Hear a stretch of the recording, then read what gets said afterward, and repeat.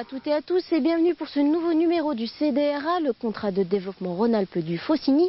Nous sommes aujourd'hui sur la commune de Saint-Sigismond en compagnie de Marie-Antoinette Métral et Bruno Chaumontet. Bonjour. Bonjour. Alors Madame Métral, le tourisme c'est un grand volet de ce contrat de développement? Oui, un très grand volet. On va vous montrer la dynamique qui continue puisque le contrat arrive à sa fin. Et donc sur les derniers avenants, ayant encore un petit peu d'argent, eh bien, il y a des nouveaux projets. Alors c'est également, justement, c'est un comité technique qui est composé, je crois, de 6 offices de tourisme. Oui. Alors comment se passe le travail justement sur le point touristique de ce contrat? Eh bien, depuis maintenant 3 ans, nous avons inclus ce comité technique de responsables d'office du tourisme qui, à eux tous, représentent les 29 communes qui démontrent le territoire du Faucigny. Et ils ont mis en place, puisque c'est leur idée, un fil conducteur, c'est la Haute-Savoie autrement, par le Faucigny. Alors nous sommes justement sur votre commune, celle de Saint-Sigismond, qui est en train donc de mettre en place, de travailler sur le futur topo-guide du contrat de développement. Alors ce topo-guide, il va regrouper des sentiers. Oui. Un sentier, l'idée c'est un sentier par commune. Tout à fait. Et chez vous, on en a 2. On en a 2, donc on verra si les 2 sont retenus. Tout le monde connaît les sentiers, on part, on a le sac à dos, on regarde les flèches, mais là on voudrait faire une ouverture, ouvrir plus grand nos yeux et regarder ne serait-ce que l'historique, le thème qui peut être le chemin du colporteur pour Nancy-sur-Cluse, au fil de l'eau pour les lacs de Thiers, puisqu'ils ont des balades magnifiques. Et tout ça c'est par petites, par petites annexes qu'on veut concentrer, et pour les familles du territoire, eh bien, ils auront un panel beaucoup plus détaillé, et je pense qu'il y a besoin de voir notre nature différemment, et ça colle très très bien avec nos slogans autrement et l'insolite. Alors, pour terminer là-dessus, vous avez également un projet de guide, je crois. Oui, donc ça y est, et, nous avons fait une réunion il y a 15 jours ici même à la commune, les communes étaient représentées, donc c'est parti, et donc pour, je pense, janvier-février, il y aura dans les mains donc ce topo guide qui, je tiens à signaler qu'il est sur été-hiver. Donc là aussi, les balades d'hiver, les raquettes, c'est vrai qu'on va sur un site nordique, il y a des balades balisées, mais les gens recherchent la nature aussi autrement.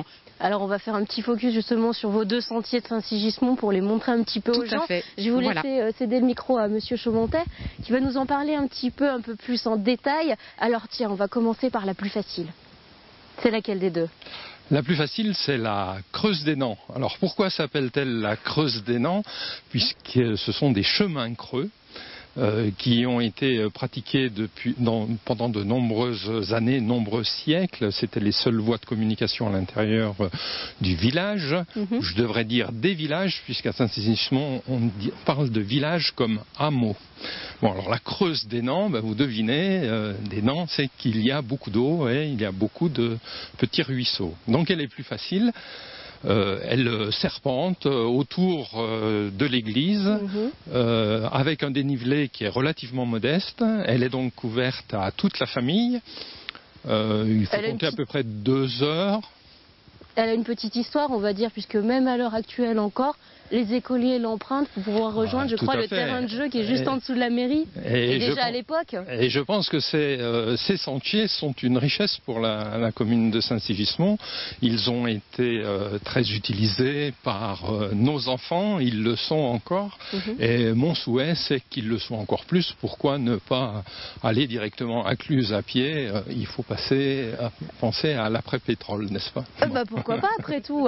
Alors, dites-nous aussi, donc on dit la plus facile, elle est maintenant celle, on va pas dire la plus dure, mais qui demande d'être un petit peu sportif sur les bords. Vers l'alpage. Alors là, ça nous donne une idée de la difficulté que rencontraient les paysans chaque jour, parce qu'ils parcouraient ce chemin-là plusieurs fois par jour. C'est vrai que c'est assez raide, c'est sur le haut de la commune pour atteindre le plateau d'Agy. C'est une balade qui dure à peu près 4 heures. Il faut de bonnes chaussures, surtout en temps de pluie, mais c'est très agréable puisque le panorama sur le plateau est magnifique. Alors expliquez-nous un petit peu votre association, la sauvegarde, quel est son but en fait? L'association pour la sauvegarde et l'aménagement du site de Saint-Sigismond. En gros, il s'agit d'inventorier, de répertorier tous les éléments de la commune, du patrimoine naturel qui méritent d'être sauvegardés. Alors, pour terminer, c'est vous qui avez travaillé, on va dire, sur le dossier qui composera dans quelques temps le topo guide. Vous avez fait de nombreuses photos. Ça a été un gros travail pour vous, justement, de faire tout ce détail des 2 sentiers? Oui, c'est très agréable de se promener avec un appareil photo et de collecter toutes les informations.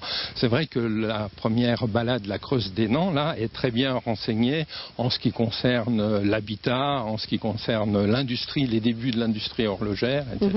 Il y a de nombreuses anecdotes à retenir. À retenir, je vais vous laisser passer le micro à Marie-Antoinette pour terminer cette émission. Donc le topo guide, au niveau de l'idée, c'est 29 communes, 29 sentiers. Tout à fait. Donc tout le monde aura sa part du gâteau, on peut dire. Et par contre, il y aura une particularité, c'est que le budget étant ce qu'il est, on lance ce topo guide et il y aura une maudite somme de participation qui sera à mettre de la part, disons, des touristes quand ils iront aux offices de tourisme. Mais ça, c'est pas méchant. Je pense que tout se passera bien. Alors, en attendant le topo guide, je crois qu'au niveau de la mairie de Saint-Sigismond, on propose un petit feuillet pour le détail de ces 2 sentiers. Tout à fait. On peut venir le chercher, il n'y a pas de problème. On peut venir le chercher. Il est à l'extérieur, donc sur un abri que la sauvegarde a fabriqué à cette intention et aussi à l'intérieur de la mairie. Donc, et ce topo guide est déjà, je dirais, très très bien produit pour la continuité du travail qui est à mettre en place. D'accord. Merci à tous les deux d'avoir été avec nous pour ce nouveau numéro du magazine CDRA, le contrat de développement Rhône-Alpes du Faucigny. À très bientôt pour une nouvelle émission.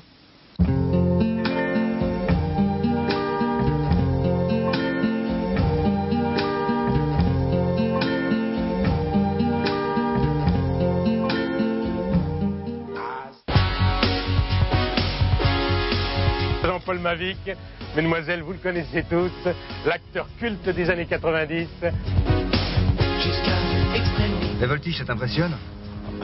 C'est vous qui m'impressionnez.